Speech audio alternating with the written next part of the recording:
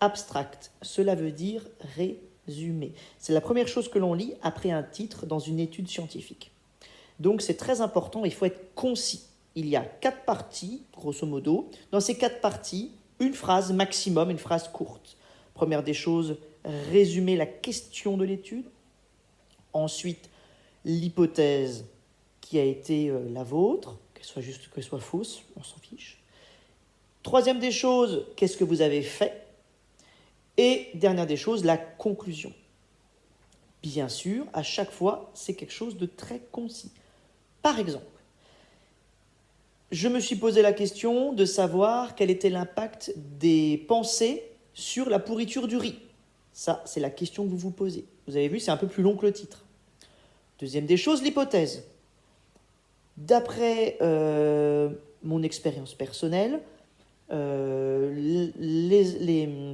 la pensée a une influence sur l'apparition des moisissures, par exemple. Troisième des choses, ce que vous avez fait. Donc là, il ne s'agit pas de refaire tout votre matériel et méthode, toute votre procédure. Il s'agit juste de dire, nous avons testé pendant 15 jours, par exemple, vous pouvez dire un ou deux chiffres, mais pas plus. Nous avons testé pendant 15 jours des ondes ou des pensées positives et négatives sur 2 échantillons distincts de riz. C'est tout. Vous ne dites pas que vous avez 40 pots qui font 50 grammes chacun, rien à faire. Ensuite, vous avez la conclusion. Nous avons observé l'apparition de 42 moisissures dans le groupe pensée positive. Nous avons, après vous pouvez faire une virgule, un petit point, ça m'est égal.